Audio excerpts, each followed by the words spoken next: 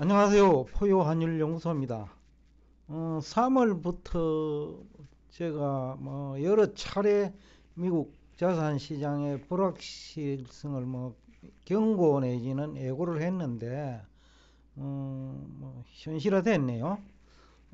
금요일 날 하루 변동폭이 그 S&P 500의 경우에는 약 한 6.7%, 이렇게 하루 변동이 심한 거는 2007년 미국발 경제 위기 국면, 그 다음에는 아마 코로나 사태 정도가 아닐까 싶는데, 경기가 굉장히 어려워질 때 이런 현상이 나타나죠. 많은 사람들이 부정적으로 보니까 폭락이 일어나는 거죠. 근데 이 예고된 저항도 변동폭이 크면 대응은 쉽지 않아요. 예를 들면 제가 미국 트럼프 대통령이 관세 25% 발표를 할 때 호주 달러 가치가 떨어질 줄로 알았거든요. 근데 당일은 호주 달러가 바닥에서 고점까지 3% 가까이 올랐단 말이죠. 근데 그 다음 날은 또 4.5% 급락을 했어요. 그러니까 이게 대응이 쉽지 않은 거예요. 원래 이제 이 성격, 관세 성격이 호주 경제에 굉장히 부정적이잖아요. 왜냐하면 원자재를 수출하고 농산물을 수출하는 국가인데 그 관세는 굉장히 부담스럽죠. 그러니까 호주 달러 가치가 큰 폭으로 떨어져야 정상인데, 그래 떨어지는 그 호주 달러를 그 환투기꾼들이 거꾸로 올렸단 말이죠.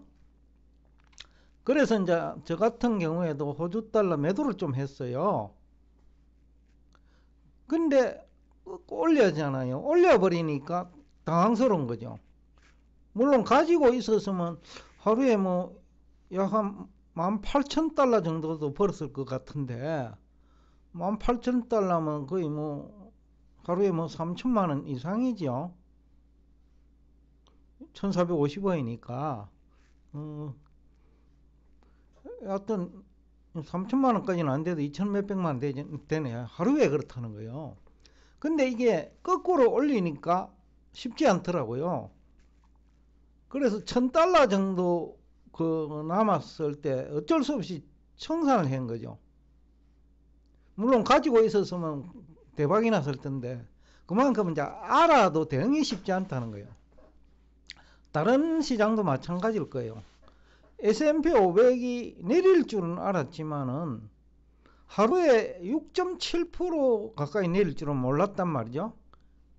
이 경우 어떤 일이 생기냐 하면 적당하게 내리면 또 매수를 하게 돼요. 근데 매수한 이후에 하락폭이 더 큰 거예요. 그러니까 이게 쉽지 않은 거예요.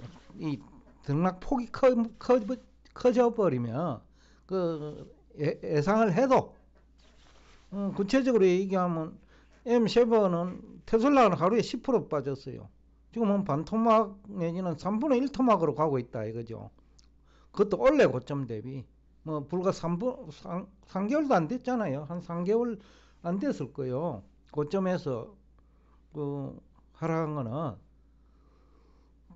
애플도 이틀 동안에 한 5, 6%, 엔비디아도 그 정도. 그러니까 M7 기업들이 대부분 다 큰 폭으로 7, 내지 10% 하락을 했어요. 주식만 그런 거 아니고 주요 원자재 가격도 모두 큰 폭 하락했어요. 석유 WTI죠. 배럴당 70달러에서 2일 만에 62달러로 11.5% 하락했죠. 그러니까 경기 침체를 예고하는 수준의 가격 수준까지 왔어요.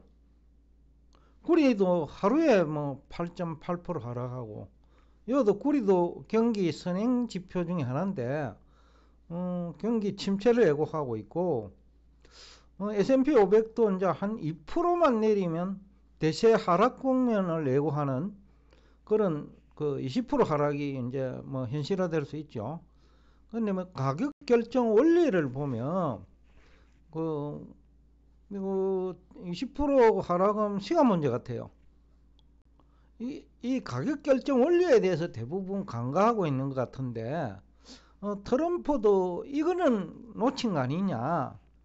이게 무슨 얘기냐 하면, 자산 시장이라는 거는 실물 경제 얼굴이거든요. 그러니까 동전의 양면이에요. 실물 경제를 반영하는 게 주식 시장일 수도 있지만은, 그리고 부동산 시장일 수도 있지만은, 또 자산 시장 때문에 실물 경제가 망가지기도 하고 또 큰 폭으로 개선되기도 해요. 지금 현재 미국 자산 시장, 거의 3월 이후입니다. 이건 뭐 인재인데, 어떻게 보면 트럼프가 만들어낸 이제 인재인데, 그 자산 가격이 이제 큰 폭 하락할 수밖에 없는 환경을 만들었단 말이죠. 그러면 결국 실물 경제도 무너지는 거예요. 이 동전의 양면이라는 거죠. 이 자산 가격이 왜 거품 발생과 거품 붕괴가 반복되느냐는 뭐 여러분들이 더 잘 아실 거예요. 하루 그 거래 뭐 수량이라 할까요? 주식을 예를 들면 1%도 거래 안 되는데 99%도 함께 그 가격이 오르거나 내린 것처럼 가격이 결정되는 거예요. 그건 부동산도 마찬가지입니다. 서울 강남에 아파트 한 채만 거래되면 그 지역 아파트가 모두 다 오르는 거죠. 약 한 2, 3만 채가 같이 오르는 거예요. 이 자산시장이라는 거죠. 또 내릴 때도 마찬가지입니다. 주식처럼 이제 분할이 가능한 것은 빠른 속도로 내리지만은 부동산 시장은 조금 속도가 느릴 뿐이지, 그 충격은 뭐 레버리지를 다 이용하니까 비슷하다.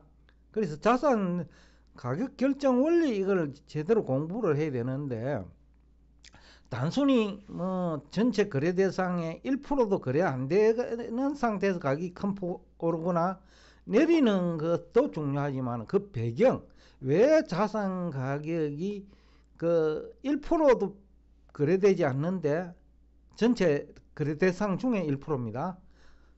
근데 가격이 전체가 다 오르고 다 내리는지, 이것이 이제 뭐 실물 경제하고 연관되어 있고 돈의 흐름, 또 속도하고 관련되어 있어요. 물리학에서 속도는 힘의 크기를 결정하잖아요. 지금 미국 자산시장도 속도가 너무 빨라요. S&P 500이 하루에 6.7%, 또 한 달 만에 그 고점 대비 18% 정도. 속도가 너무 빠르다는 거죠. 오를 때 속도가 빠른 것도 큰 힘을 행사하지만은, 즉 실물 경제 전반에 걸쳐 긍정적인 영향을 주지만은, 내릴 때 속도가 빠른 이것도 부정적으로 큰 힘을 행사해요. 그래서 제가 이제 뭐 물리학 공부를 하러 가니까 모두 다 공식 암기하는 거를 물리학 공부를 하는데, 그렇게 생각하는 사람 많을 거예요. 특히 객관식 공부를 하는 사람, 그런 사람이 90% 되지 싶어요. 그 수학 공식이나 물리 공식 암기하는 것을 공부했다라고 생각하는 사람이 한 90%는 되는 것 같아요. 스카이대 출신도 그런 사람이 많더라고요. 대화를 해보면 안다고 생각하는데 아닌 거예요. 제가 여담 하나를 들리면, 직장 생활을 할 때 그 서울대 뭐 얕은 엘리트들이 스키장을 뭐 서놈이 갔고, 뭐 저 같은 경우에는 바빠갖고 못 갔는데, 그 중에 한 명이 뭐라고 했나 하면, 그 중에 몸이 굉장히 뭐 몸무게가 막 한 80kg 이상 되는 분, 그분한테 너는 스키 타면 속도가 빠르겠다 하니까 그 옆에 있는 서울대 경영학과 출신이 뭐라고 했냐 하면, 피사이 탑에서 그 돌을 떨어뜨리면 속도가 똑같다. 물리학 암기한 거예요. 이해를 해야 되는데, 우선은 그 공기가 있을 때는 똑같지도 아니하고요.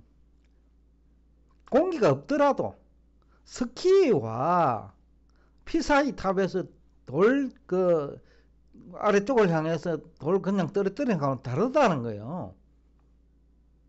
스키는 그 눈 위를 타고 달리는 그 스포츠잖아요. 그러면 눈이 녹으면서 스키가 가는 거예요. 그럼 몸무게가 무거울수록 훨씬 더 잘 녹아요, 눈이. 또 거기다가 속도까지 가해지면. 그래서 빠른 거예요. 그거는 피사이탑하고 아무 관계 없는 건데, 그 서울대 출신 그것도 에리트 중에 에리트가 그런 얘기를 하더라는 거예요. 그러니까 공부를 한 게 아니고 암기를 했다는 거예요. 그러다 보니 응용이 안 돼. 자산시장 참여자도 그런 사람이 많을 것 같아요. 응용이 안 되는 거야. 저 역시도 알아도 안 되는 경우가 앞에서도 얘기했지만 호주 달러도 그랬고 다른 자산도 꾸준히 가지고 있으면 큰 돈이 되는데 또 일시적으로 변동하니까 자산 위험 관리를 해야 되는 입장에 또 대응이 쉽지 않고 여하튼 어떤 얘기를 하다가 여기까지 그 스키까지 얘기가 나왔는지 모르겠는데 지금 미국 자산시장이 지금 속도를 보면 상당히 무서워요. 그래서 이 속도가 가파를 때는 항상 경기 침체로 이어졌거든요.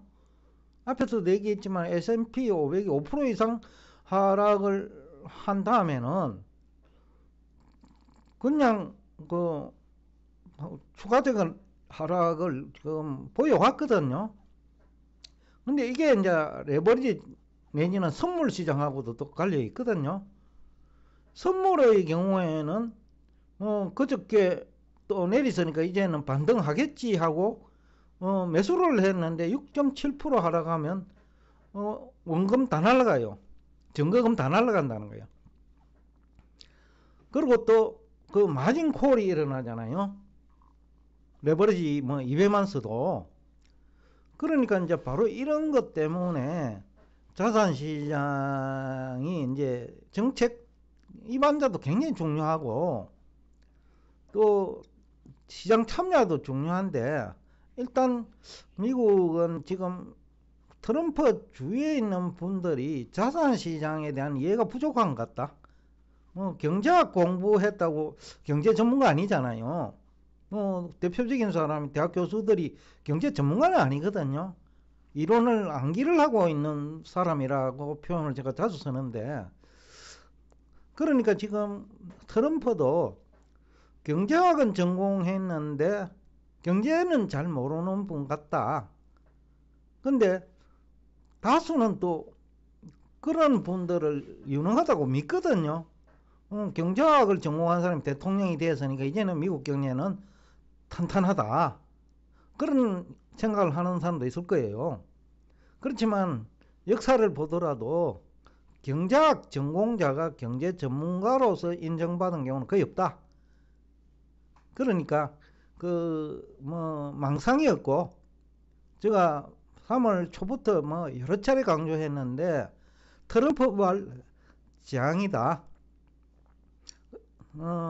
지난주까지만 해도 경기 침체 여부는 불확실했는데 금요일날 큰 폭의 자산 가격 하락 그러니까 속도가 너무 빨라졌기 때문에 이것은 미국 금융시장에도 추가적인 충격을 줄 거고 실물 경제에도 충격이 불가피합니다. 왜냐하면 속도는 힘의 크기를 결정하거든요.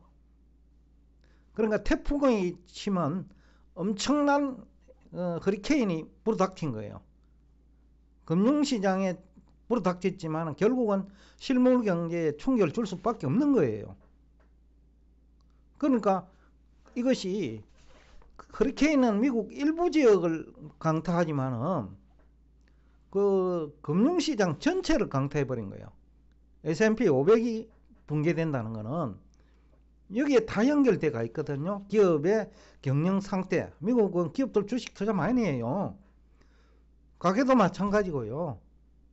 그 하루아침에 무력해져 버린 거예요. 기업도 재무 상태가 엉망이 됐고 가게도 재무 구조가 엉망이 돼 버린 거야. 그러니까 엄청난 그 충격, 그 속도가 너무 빨랐기 때문에 실물 경제와 금융시장 전반에 엄청난 충격을 줄 수밖에 없다. 그래서 침체 확률은 아주 높아졌다. 그러나 쉽지는 않다. 언제 회복될지 모르겠다. 왜냐? 이것이 인재이기 때문에 더욱더 모르겠다. 그 자연재해 같으면 날씨가 변하고 이러면 끝나잖아요. 이건 인재니까 그 트럼프 임기 4년 동안 일어날 수도 있는 거고 잘 모르겠다. 인재다 이거는.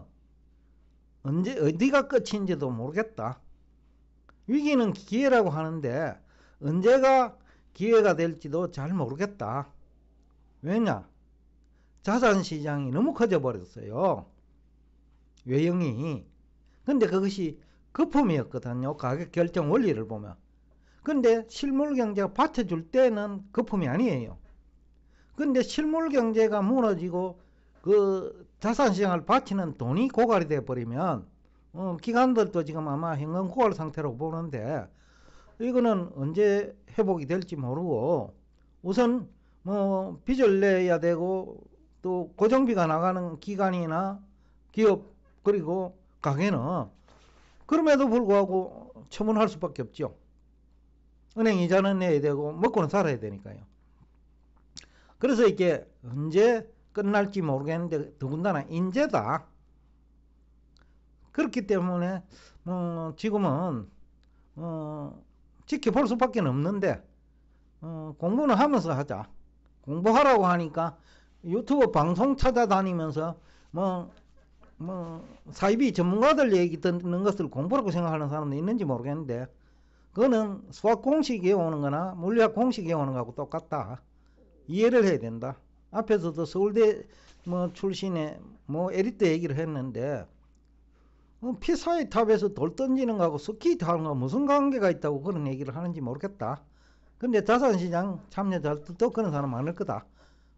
유튜브 활동하는 사람 중에 그런 사람이 많으니까요. 하여튼 오늘 불확실한 상황에서 예고된 자산시장 저항이지만은 그래도 대응은 쉽지 않지만은 그래도 어느 정도는 막을 수 있다. 어제 그렇게 많이 폭락을 했지만은 포유환율연구소가 터진 거는 1% 안팎이거든요. 그러니까 어느 정도 대응된다. 완벽하게는 안 돼도. 왜냐면 처음에는 잘 하다가 어디까지 내리고 멈출지 모르니까 그래서 당하는 거예요. 그래서 한 3% 이익에서 1% 손실로 바뀌는 거죠. 그러니까 이게 대응이 어려운 이유가 이제 너무 지나치게 폭이 커져 버리면 대응이 어렵다. 하여튼 여러분들도 비슷한 상황일 테니까 지금이라서로 이제 정신을 이제 똑바로 차려야 되겠죠. 조금 내렸다고 해갖고 함부로 들어가면 안 되고요. 또 추가적인 또 큰 폭 하락을 예상하고 또 함부로 들어가면 안 돼요. 왜냐하면 변동폭이 크기 때문에 함부로 들어가면 또 당해요. 돈이 여유가 있는 사람은 문제가 없겠죠. 왜냐하면 100 중에 20만 걸어가지고 사용한다면 아래쪽을 걸어도 문제가 없겠죠.